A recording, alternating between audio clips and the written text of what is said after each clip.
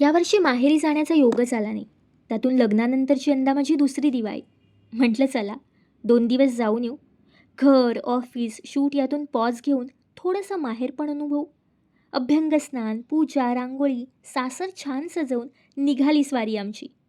धावणाऱ्या गाडीसोबत आता ओढही लागली घराला लवकर भेटण्याची. दारातून आत येताच वाटलं प्रत्येक कोपरा काहीतरी बोलतोय. किती दिवसांनी तू परत आली आहेस ना. मी मनात म्हणाले, हो रे, आले मी. थोडे जुने दिवस परत जगायला. तो दाराचा उंबरठा ज्यावर मी खेळता खेळता कित्येकदा पडायचे, धडपडायचे, आज मला हळुवारपणे थांबवत म्हणाला, थांब ग, आधी ओवाळून तर घे. परसबागेतील ती झाडं अजूनही तशीच आहेत. जणू वाट बघत होती. कधी येईल आपली लेक फुलं तोडायला, आपुलकीने न्याहाळत होती. किचनमधून आईचा आवाज आला, अगं आज भाजी करताना कमी तिखट कर. मी हसत हळूच म्हणाले, आई मी पण आता शिकते ग थोडं थोडं. मला मिळालेली बक्षिसं, ते माझं छापून आलेलं वृत्तपत्रातलं नाव, सगळं अजूनही तसंच जपून ठेवलंय. जणू सगळं घर पुन्हा जिवंत झालंय माझ्या परतीने आणि तारुण्याने सहज बालपणात नेलंय. बरं, घरच्या लेकीसोबत यावेळेस माहेरी जावंही नाही तर दुसरा मुलगा आला होता, प्रथमेशच्या रूपात.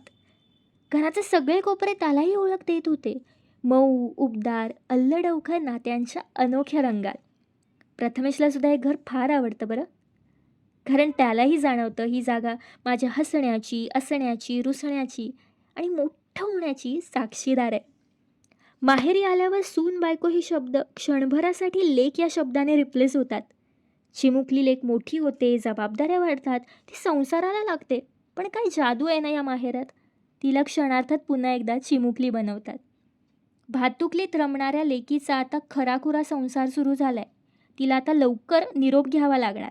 असं म्हणून आईबाबांना, भावाला गहीवरून येतं. पुढच्या वेळी सणाची वाट बघत बसू नकोस, सुट्टी बघून येत जा, असं म्हणत डोळ्यातील पाण्याचं अश्रूत रूपांतर होतं. गाडी सुरू करून गुगल मॅपवर लोकेशन लावून परतीच्या प्रवासासाठी निघते खरी.